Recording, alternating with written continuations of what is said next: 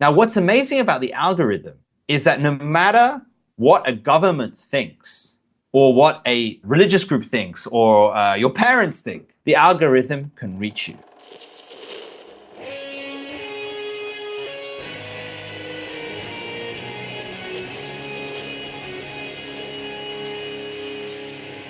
Bienvenidos a Volver al Futuro podcast, donde platicamos con las mentes que nos impulsan a crear el nuevo paradigma de salud y bienestar, conducido por Víctor Sadia.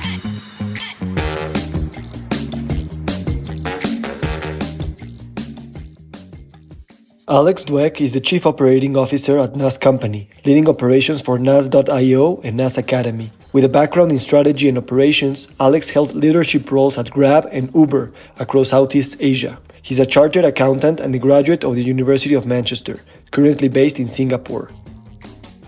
In this episode, I sat down with Alex to reflect on some of today's most pressing questions. How do we build an authentic community in an increasingly digital world? We dive into how the poison of social media might also hold a cure, unpack the brokenness of the online job market, and question what skills truly matter in times of uncertainty and crisis. Drawing from his experiences in Singapore and East Asia, Alex brings fresh perspectives on leadership, strategy, and the power of values-driven action. Ultimately, this conversation is a deep dive into the complexity of human connection, one grounded in the belief that true community must be substantiated by physical presence, touch, and the simple, irreplaceable experience of being together. Good morning, good afternoon, good evening. Today we have Alex Dwek. Alex, thank you so much for being here. Thank you for having me, Victor. It's a pleasure to be here. Yeah, I always introduce my podcast as good morning, good evening, good afternoon, whatever. And now it's evening for me, it's morning for you, so it's really applying. It really is. It really is. So you're in Mexico right now. I'm in Singapore right now. So we are really crossing the entire world. Yeah, it doesn't feel that far. So Alex, you told me that there's nothing out of bounds for this conversation, and I'm not trying to put you on the spot or anything, but I'll take that you opened the door in a sincere way. And I would like to ask you as a first question, like, what is one of an experience that you had in your life that you seldom talk about that you think marked your personality and mark your values? Wow, Victor, I may regret saying that anything is out of bounds, but this is a really great question.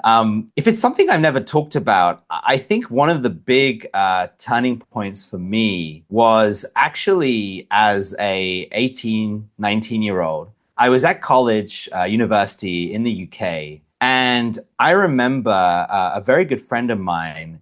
She was living in like a student dorm, and she suffered a racist attack. So someone she was very open with her faith, and someone targeted her both on social media, but then also physically, where they went to her home and they actually put a firework in her home, and they tried to attack her. And the thing that really made such a big impression on me at the time was this terrible thing happened to her, but no one seemed to do anything. You know, that was the big penny drop for me. People cared. I think people did care, but they didn't do anything. It didn't lead to any action. And I remember at the time being so angry because I was like, there's clearly a problem here. You know, people are doing, these terrible things, and no one's standing up and saying it's wrong. And if you don't stand up and say it's wrong, you're almost letting it become acceptable. And this was such a big turning point for me because I realized at that point that I needed to use my voice more. I was angry about it. And one thing I could do, of course, is to comfort my friend. But the other thing I could do is to mobilize people, speak about it in public, find other people who cared about this issue and go and actually try and solve it at the time it was the university level. Like, how do we make this serious offense? How do we make sure that people are, held to justice? And in that moment, why it was so pivotal for me was two reasons. Number one, it made me realize that actually I had a voice that could mobilize others, that I actually could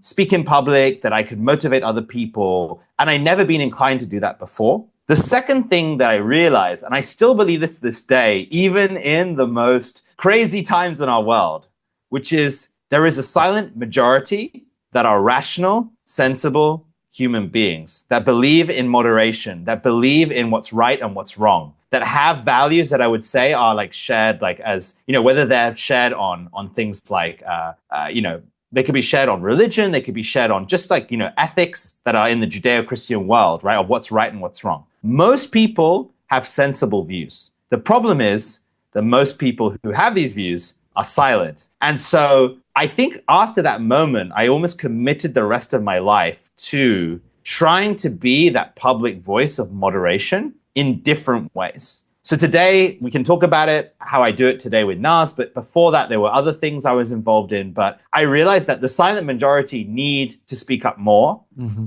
And this is where I fit in the world. Mm-hmm.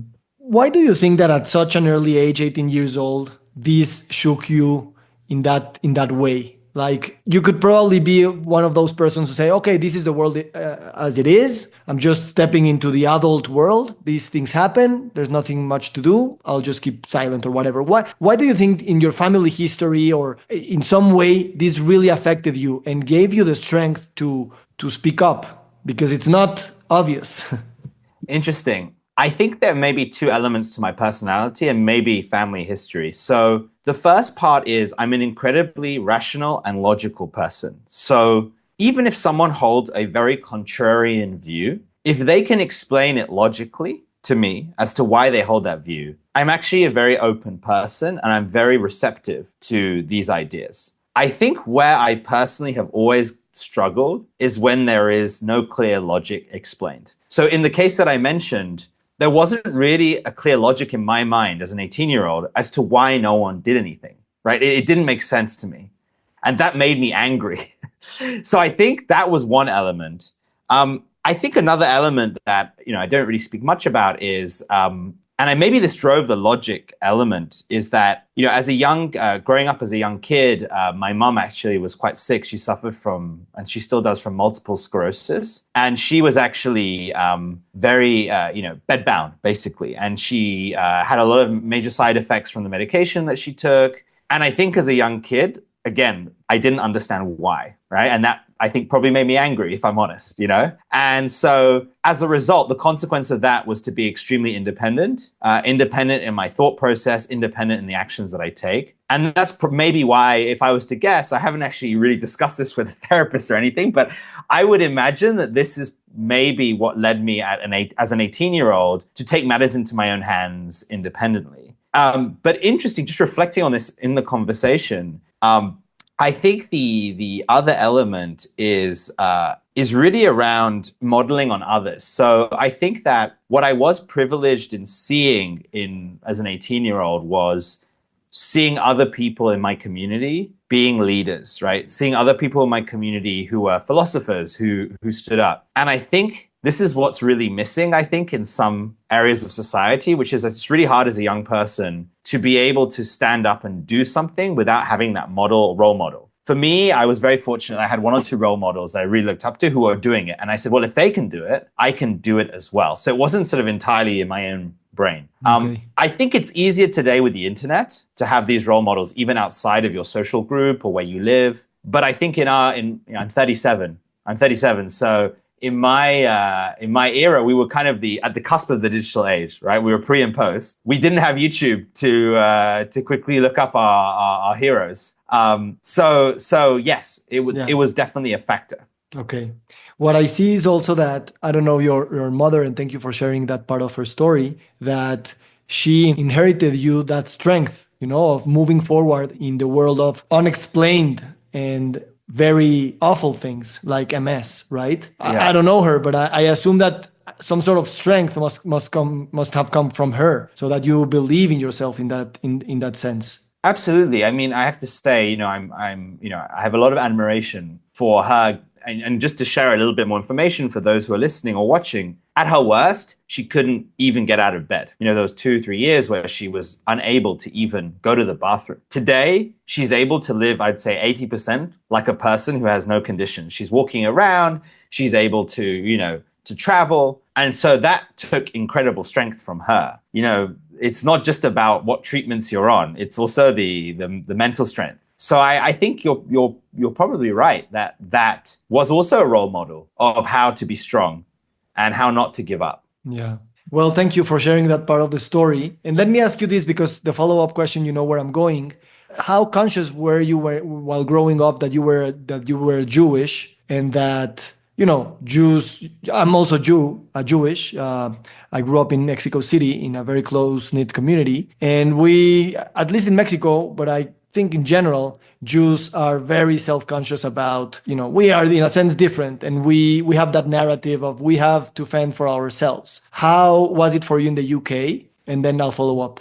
Yeah, so in the UK, I think Jewish people and minorities in general have been very lucky that in the last 60, 70 years, maybe since World War II, the UK has been a very welcoming and open place for minorities. And it's had a really a sort of mantra to be extremely tolerant of different backgrounds. And so growing up as a Jewish person in London, I think that on the one hand, it was a society that had no issues with being Jewish or anything else. And, you could, very openly talk about it and there was no fear. At the same time, and Victor, you'll probably relate to this, any Jewish young person who has grandparents still alive will know that the grandparents will probably tell you, you should always have your bag packed because you never know what will happen. Our history has shown us that, things can change. And it's funny that even being in such a tolerant society as the UK, that was still said to me by my grandparents. My grandparents grew up in the Middle East, so in Tunisia, Syria, Iraq, with three examples, and each of them had to leave their country. And because of change, societal change, lack of tolerance. So that was something that was very much in my household. When I got to 18 and that example I gave at university, unfortunately, I was also exposed to the intolerant part of the UK. So many people who are on social media today see more of this intolerance through TikTok, through Instagram, of people who are angry and people who do not respect each other. And it's funny because I experienced that 15, 16 years ago, but there was no TikTok. So when I experienced this, I'll give you some examples. On my university campus, people were saying, we are all Hezbollah, we are all Hamas. They would wave flags. There was, activities which were saying that, Holocaust Remembrance Day was not honored properly because it was politicized. So these were extremely frustrating and distressing at times situations. But I don't think I saw it as like endemic to UK as a whole. I think, we can talk about this, but I think the world has changed since then. I think that, funnily enough, I spent time in Mexico City and in the UK. And I think that I feel almost more comfortable expressing my identity in Mexico City than I do in London today. And on top of that, I do think at the time before that, I was, you do talk about it. Maybe you are a little bit self-conscious about being a minority and being Jewish. But over time, actually, as a person, I have got to the point where this is who I am. I'm going to openly express it. I think, Victor, we talked about this, but I even on social media, I express that I'm Jewish. And my view is people should just deal with it. And if they have a problem with me, say it to me. I probably don't want to associate with you either. But I would say now I live in Singapore. I'm very blessed that Singapore is a society that really places emphasis on something they call racial harmony, which is not just about multiculturalism. UK was very much about multiculturalism. You kind of tolerate each other's cultures, which I actually think overall, and we can talk about it, I think that model failed. But what Singapore says is it's not about just tolerating each other. It's about creating a fabric or a system where people live in harmony. So in a tolerant society, you can tolerate intolerance. But in a harmonious society, you cannot, because it will lead to disharmony. So I have actually changed my entire opinion around how minorities live together. And I think that it's the emphasis should be more on harmony than on tolerance. Absolutely. Which is a really interesting idea. Yeah. It is. I think life thrives on diversity. And as soon as we become standardized and homogeneous, then there's no life possible. It's the same with the microbiome, right? If we are killing all the viruses and bacteria out there, these beings are the ones giving us life and allowing for the regeneration of life and death and the ecosystems.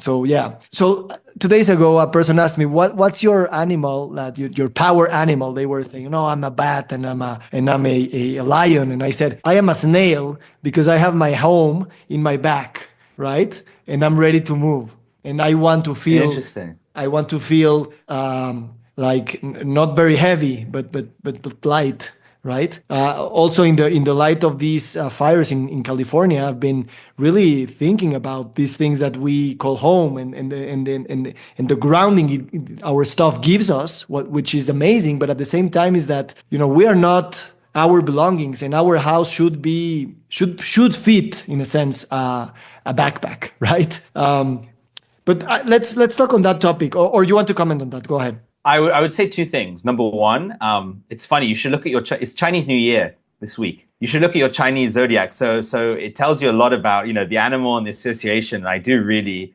believe in that. I'm a rabbit. I'm on the cusp of rabbit and dragon. I actually think that represents my personality quite well, because a rabbit is nimble and is fast, but a dragon is also a little bit stubborn and fierce. I think it's probably represents me. I'm actually quite a calm person on the outside, but I'm quite stubborn. But I would say something else about living and your environment. So in Singapore, this is a country that is a city state. There is a real lack of space. And so what the government did, and by the way, it's only been around since 1965, so it's a really new country. And what the government said was that actually, in order for people to live happily, we want to change the notion that you need to own large property and you need a lot of space. In fact, when you think of space is used for different things. So there's space for sleeping. There's space for leisure. There's space for eating. And what they said was that your apartment or where you live should really only be about sleeping. But if we narrow down the space in which you live, we can actually create other areas where you can socialize, eat, do things. And what's really interesting in that model is that it completely changes your perspective on the kind of space that you need and actually how many possessions you need to hold. So I went from actually in the UK, where there's a real culture of land ownership for many, many hundreds of years. Your status in the world is kind of like how much land you own. In the old school way today, it's probably like how big your house is. In Singapore, there is a real kind of almost like equality where you roughly have an apartment the same size. Maybe your furnish is slightly different depending on how much money you have. But then in the apartment, there is a communal dining area. You can rent a space to host a dinner party. There is a playground for your kids. There is sports activities there. And you know what's amazing about that is in that environment, you are so much less lonely, because what ends up happening, and I actually did an experiment where I was in the UK and I was like, how many human beings do I interact with in 24 hours? And what I realized was that it was very low. You live in your home, you don't tend to interact with anyone who's not in your home. Then you may go to the shop, you just walk, you may not see anyone, right? And then you go and buy your groceries and you go home. In Singapore, literally to just leave your home, you're passing all the communal areas. You say hello to 10 people. You end up hosting your friends downstairs. You have nothing to do. You go down to the communal area where people are eating together, talking together. And this is really powerful, because I think that now, as an individual, you start thinking about, how do I own less possessions? How do I be more deliberate about my space?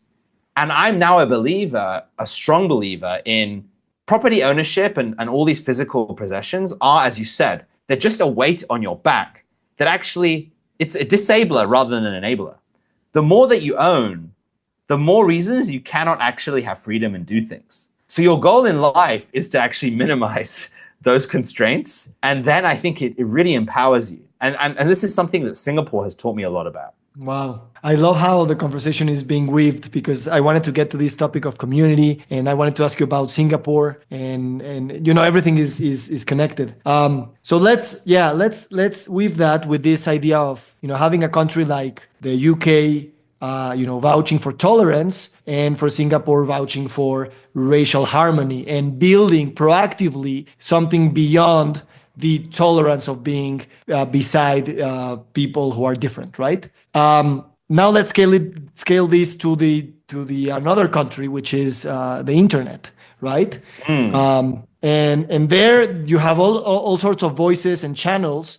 And as we say in philosophy, the medicine is also the poison, right? So in the internet, you can find your heroes and these great examples, but at the same time, you'll find the haters. And the algorithm, and that's what worries me, is that it's not centralized. And the algorithm will do many things, and it usually tends to showcase the hate speech and the extremist and fanaticism much more than the other ideas, right? So this is a very difficult topic to really grasp and get our hands around. But I wanted your initial thoughts on this, and how does this play out in your mind, where it's really a big thing in terms of the future we might see the world going to?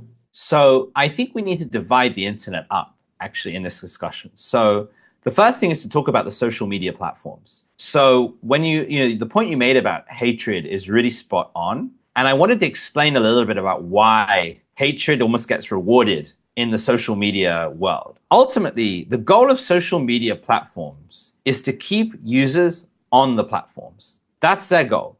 They want to keep you there. And they realize that in order to keep you there, they need to strike emotions. Emotions can be positive. I'm so happy. This is amazing. This is so inspiring. And emotions can also be negative. I'm so angry. I'm so frustrated. So the algorithm does not prioritize content as to whether that emotion is good or like happy or sad or angry. It just prioritizes emotion.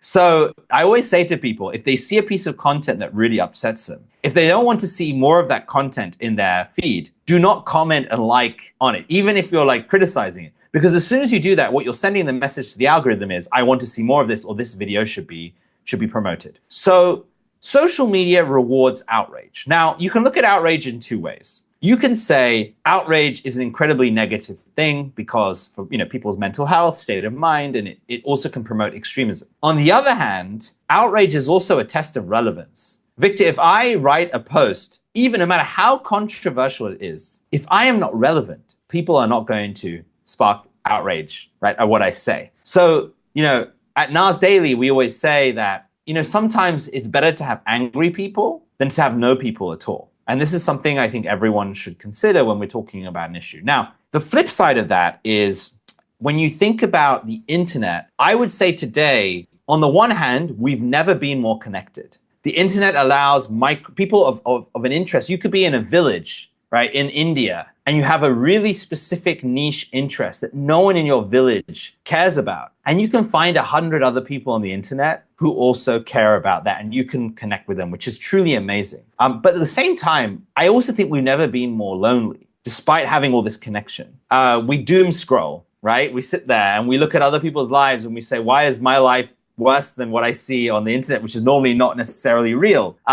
We also spend much more time, with our phones than we do interacting with humans. And so I think that in this world of outrage and loneliness, it actually gives even more reason where we need community leaders on the internet. We need the people who can make sense and organize this chaos. They typically can be content creators, which can be people, and why I say content creators are, they're essentially people who can communicate using the tools of the internet and take advantage of the infrastructure of the internet to reach people and unify them behind a message. And the other aspect are, I would say, are internet organizers. There are people who may not be creating content like videos, but they know how to engage a group of people who are like-minded. And so I think in the past, these people, especially community, like or internet organizers or community organizers, have been seen in maybe a more condescending light. For example, a company hires a community manager.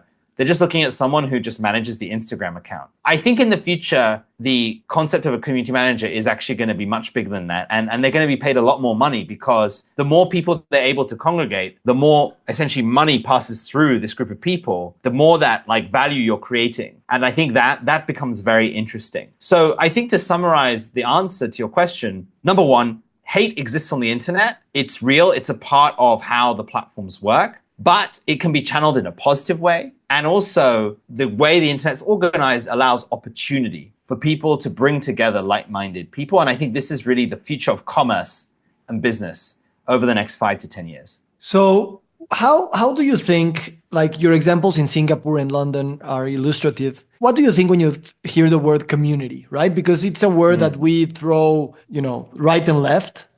And we know it's important, but we don't really slow down to define what community is, what community could be, what community should be, and what does it mean to have that definition in the physical and the digital world.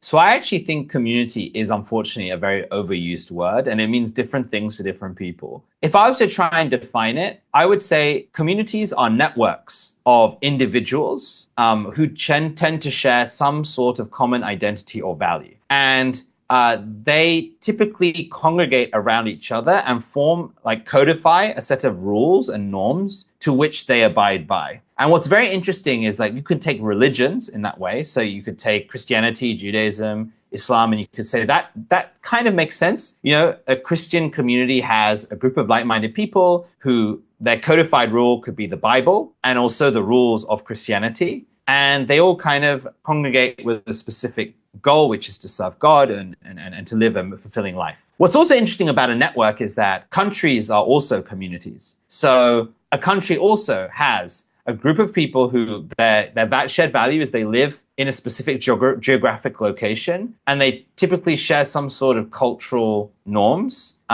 which has brought them together. So I would say religion and country are good common examples in the physical world. You also have things like neighborhoods and proximity. In the online world, community tends to be centered around an idea or a topic of interest. So a community on the internet could be, I'm interested in medicine, right? And we all talk about it. It could be, I'm interested in something new like crypto. Hey, this is a new idea. There isn't really something in the physical world. Let's congregate together because we're dispersed. Now, interestingly, there's a guy, a philosopher or a writer called Balaji, who talks about, he was the ex-CTO of Coinbase back in the beginning. And he's written about this idea called the network state. He believes that actually this physical and internet will converge. So in the future, he says, you could actually build a country on the internet, which is that you have a group of people dispersed, but all share the same values. They could form a government, they could form a currency, they could form, they don't need necessarily the physical space to bind them. And I think so I think that these two worlds will converge. I think that today what's missing in order to do that is the infrastructure. And I think is what's being developed. I think some of that exists. I think AI will make it easier. I think things like building on the blockchain will make it easier as well. But I think the notion of a network, why do we like it? Why do we like community? I think that we tend to gravitate as humans towards people that have some sort of shared interest or value. We need some sort of association where we can look at someone and nod. Like, great, we understand each other because we abide by something that brings us together. So, Victor, you and I may bond over building online communities and the internet. We could bond over our faith because we're both Jewish. But it gives us, each of those give us at least a reference point in which to talk. Yeah, great. Thank you for defining community. What happens, I'll try to put this into words, which is community is not only a desire, it's a need, a human need, a life need, in terms, so that life can exist, we are communal beings, right? We're individuals, but we are always part of the network, and the network, not only we create the network, we're not only individuals who are coming together to create a network, the network precedes the individual, right? Without a network, You wouldn't be here. You wouldn't eat, right? You wouldn't be able to go outside your home. And in that sense, I do believe, I don't have a question here, but if we live in a world where there's a lot of hatred and a lot of loneliness, for me, I'm studying a lot about community and how it precedes life, right? It precedes the individual. Mm-hmm. But my felt experience is not, and I'm a bounded individual. As an adult, I'm almost self-sufficient, and I choose to go with my wife and with my partner and with my kids and with my friends. But I don't feel in my body all the time that I'm existing because these people are around me all the time, right? And I don't know if you can get that feeling out of the internet, because it feels like that you went there, but at the same time, the internet and the community is also giving you the possibility of acquiring an identity, because now you find something that is similar to you, right? And this, I'm an individual and he's an individual. And so I don't have a question here other than just putting the complexity of understanding that we're, yes, individuals with boundaries, but at the same time, we are networked through and through. Yeah. And I don't know how, now that you are in the software development and community, digital community development, how these things, you see them evolving or not in the experience that people who are belonging to these communities are feeling differently or not from other experiences offline. So it's really interesting you say that, because you're right. We're building software for communities with Nas.io. We're helping people manage that experience. And we've thought a lot about this online versus offline. And I think the way that we look at it is that a community can congregate by meeting each other online, because online is one of the best ways to discover ideas. But in order to actually cement the community, they really do need to meet offline. And with Nas Daily, that's exactly how we built our own community. So we started with 1-minute videos every day for 1,000 days. This was purely online. But then we said, we want to strengthen the community. So we started running Nas Summits, in-person events.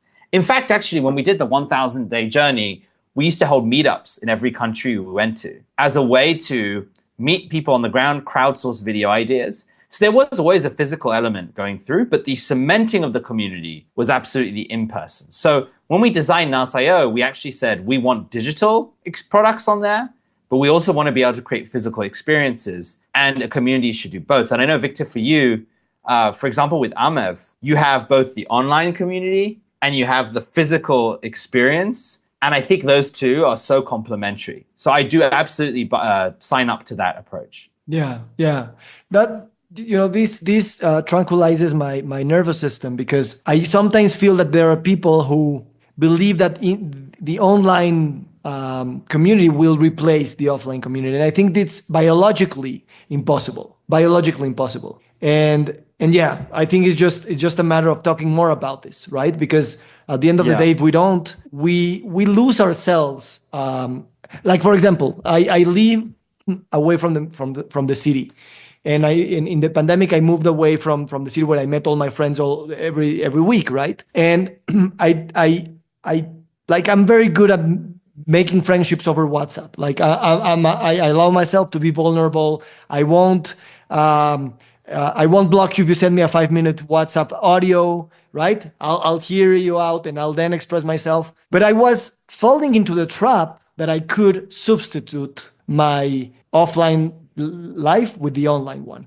Mm-hmm. And I started really getting emotions or even diseases in my body that it needed the physical part of it, right? You and I can be friends, but if we never hug each other, I don't know if we can call ourselves friends in that deep, in the deep meaning way, right? So yeah, I'm glad that you are working on this too, my friend. I think it's so important. And I think as a society, we learned this through the pandemic, which was that we got so excited that we could do everything on Zoom.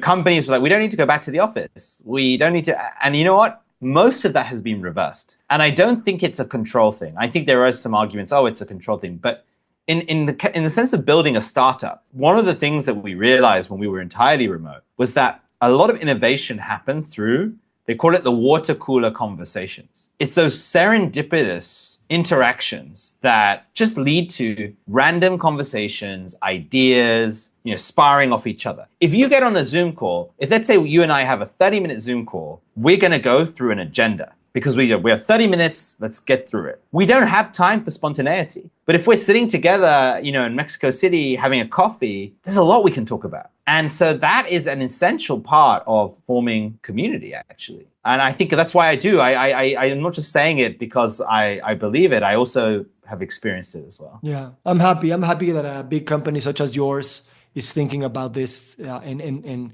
it's not only saying, the physical part is important, but how to do both. It's a big challenge, and I think it's important to hold those important things in the same sentence. And this brings me to the next question, which is, I saw an online blog post you put on the job market and the online job process and how it's broken because people who are hiring or companies who are hiring are looking for academic qualifications and awards and milestones and brand recognition of past companies. But when you said actually they should focus on other skills, and the number one skill you listed was handling ambiguity, which really resonates with me, because even now we're talking about the importance of online communities and offline communities, or the poison and the medicine of social media, right? It's holding ambiguity and not saying this is good, this is bad. And they're both good and bad at the same time, not only with two variables, but with many variables. How do you think about ambiguity, and how choosing that kind of people for a company might be initially complex, because,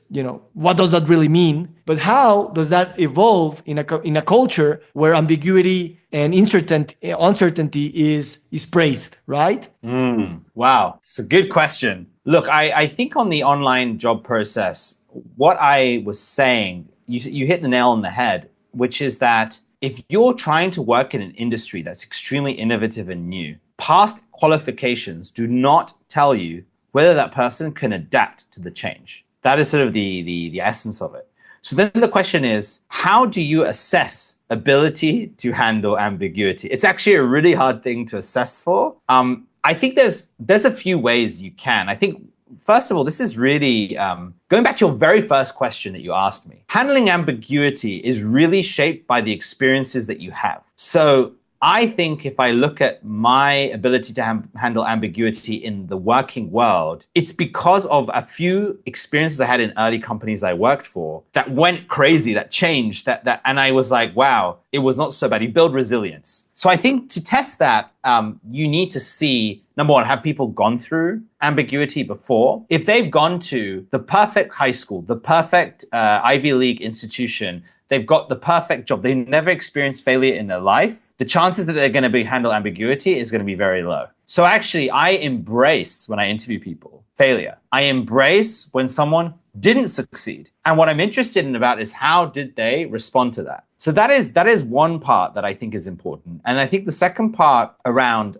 this world is that, unfortunately, I've hired some really amazing people on paper that have failed or not succeeded in the environment of a startup. And that's because there's a perception of what a startup's like, which is probably what they see in movies. It's very glamorous. You make a lot of money if it does well, all this stuff. But the reality is it's a grind. And I think that when it comes to that grind or that commitment to building, it's not just about, some people define that based on where you are in life. They might be like, hey, if you are someone with 2 kids and a wife or husband, you are not suited for startup life. If you're 22 with no commitments, you're suited to startup life. I actually disagree with that. I disagree with that a lot, because I think it really comes down to what your priorities are. So I have kids, I have a wife, I'm working all the time in a startup. But for me, what I'm assessing is the quality of the time I spend.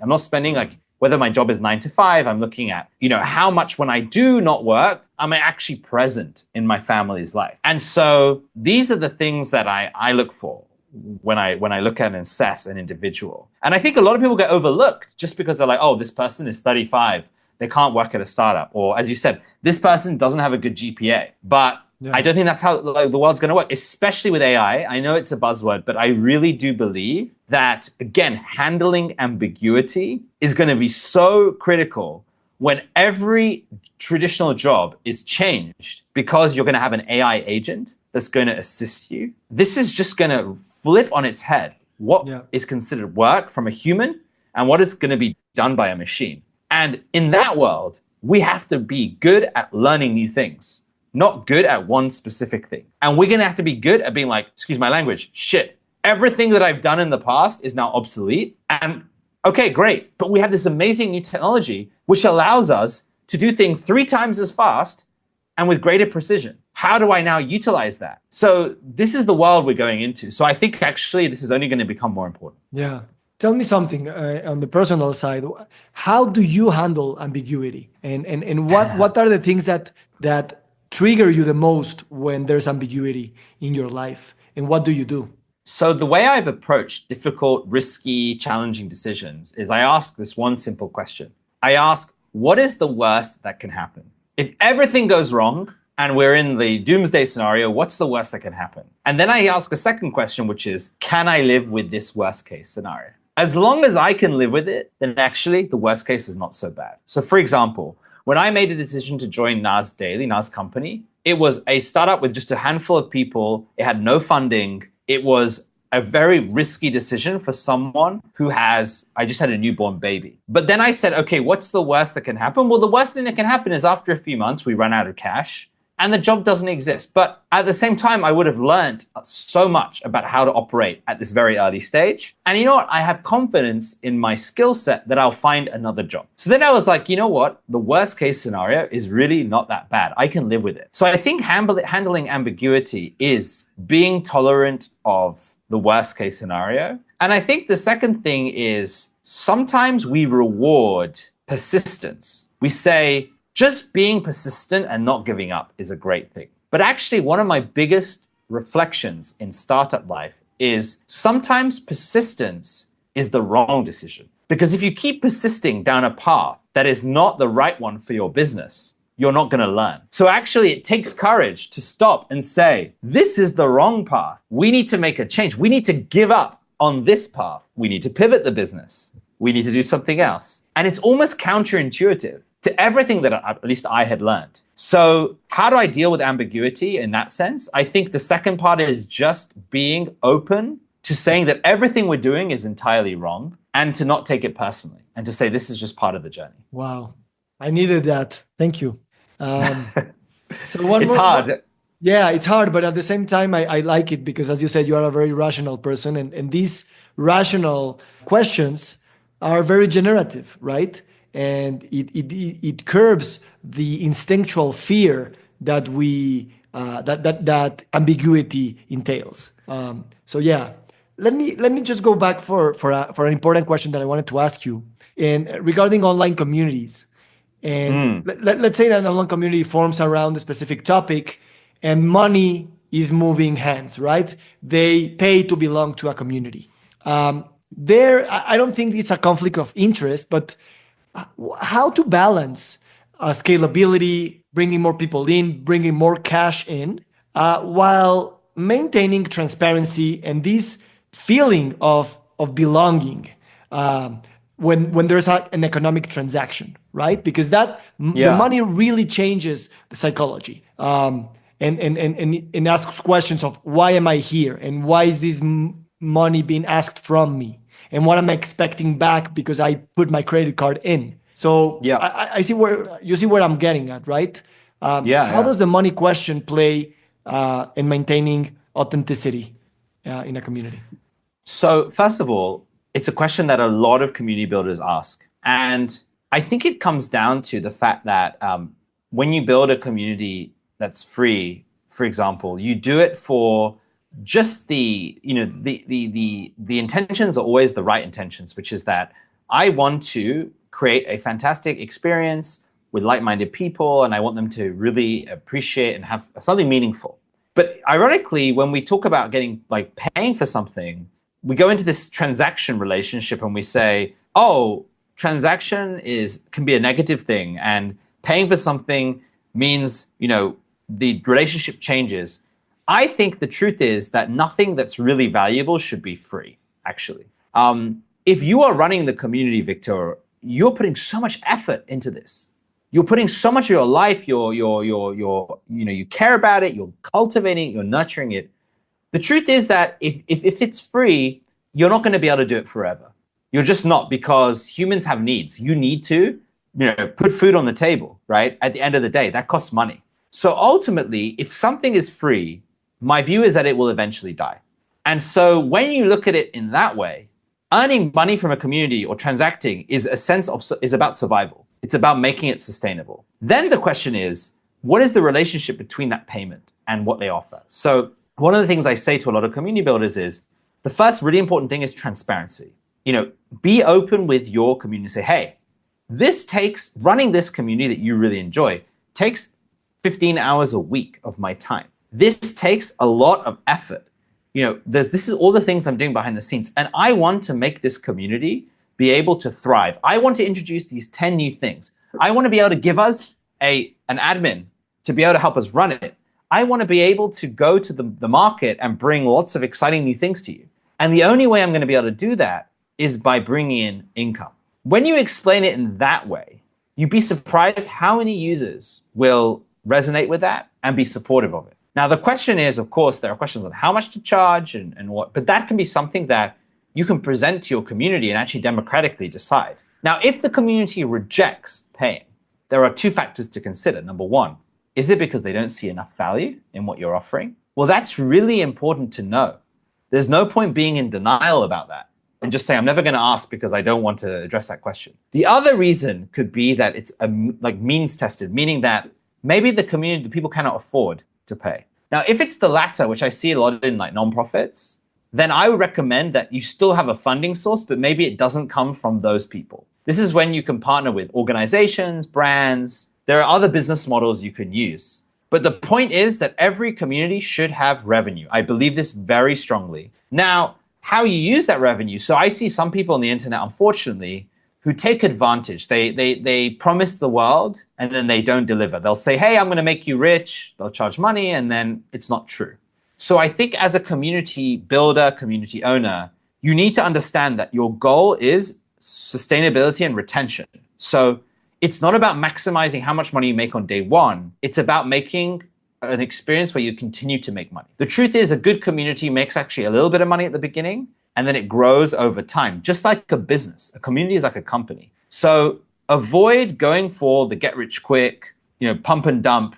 Focus on sustainable growth, sustainable revenue. And the good thing about a community is as you add more resources, events, content, the community's value just increases over time. Because someone who joins on day 100 gets a lot more content and people and interactions than on day one. So as your community increases in value, technically you should be able to increase your earnings. So that's how I think about it. But in terms of how much to charge, I think it really depends also on how much time you're giving. And whether you're going for example, some people go for a mass market community. Let's get tens of thousands of people and charge them, let's say, $10 a month. Or some people go for a very premium experience, which is like, hey, I want a group of really expert professionals or entrepreneur CEOs. I'm going to charge a lot more, but I'm going to give them a lot more of my time. So I would say match what you charge for the amount of time and commitment that you're giving. Beautiful. Beautiful, my friend. Thank you so much for that piece of wisdom. So we're approaching the end of this conversation. I don't know if you would like to add something just to close up the conversation. Yes, Victor, first of all, it's been a fascinating conversation. I've really enjoyed it. We've gone in a lot of different areas. I will leave everyone with a positive thought, which is something we learned with Nas Daily. So we talked about the algorithm and how social media is a place for hate. But there's also a positive side to the algorithm, which is that in today's world, think about the fact that in today's world, many countries are not a free society. Whether you're in Europe, Latin America, Middle East, there are countries that suppress freedom of speech. There are countries where people do not get access to information in the same way. Now, what's amazing about the algorithm is that no matter what a government thinks or what a religious group thinks or your parents think, the algorithm can reach you. And in Nas Daily, we saw this because, we're from, as a company, the founder of Nas Daily is from the Middle East. He's an Arab Muslim who is from Israel, so a Palestinian and an Israeli. It's very complicated. But what we found with the content, we made a lot of content about how Jews and Muslims should coexist and live together and respect each other. And what was amazing was the feedback we were getting. We were getting feedback from a kid in Egypt, an adult in Lebanon, a soldier, an IDF Israeli soldier, a person who lives on a settlement, right? A person who maybe supports terrorism groups, who said, I actually have changed my mind. And this is not possible without the algorithm because traditional media, if you're a left-wing person, you'll read left-wing media. If you're a right-wing person, you read right-wing media. If you're Hebrew, you read Hebrew media. If you're Arabic, you read Arabic media.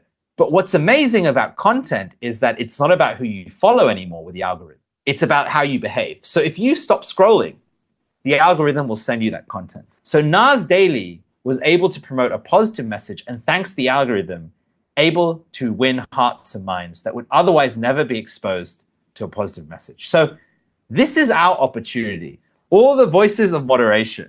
We do not need to let the extremists win. We need to take advantage of this blessing in a way. Are you in touch with your friend that was racially abused when you were 18 years old? I am still loosely in touch with that person.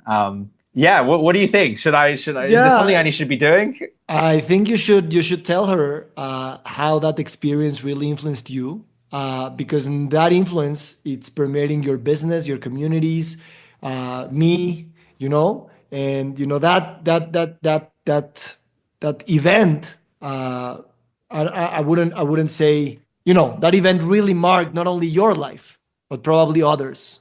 And yeah, that's also thanks to the algorithm and the Thank bravery you. and the courage that some people have to put this out there and trust that the algorithm will also make that job. So yeah.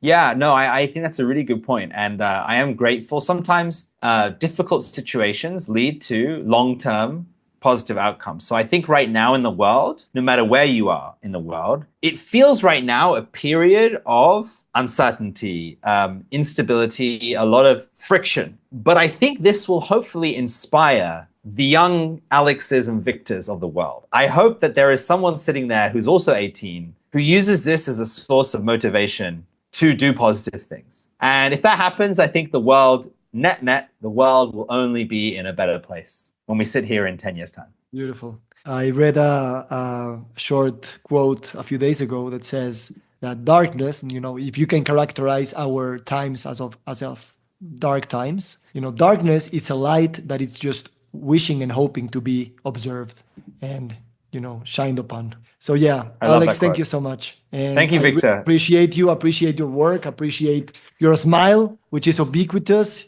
You're smiling all the time, and that's the best gift you can give to the world. So thank you so much. Thank you. I really enjoyed this chat. I love what you're doing. And I'm looking forward to seeing you continue to thrive and succeed in this world. Likewise, my friend. All the best to you. Good morning in Singapore. Thank you.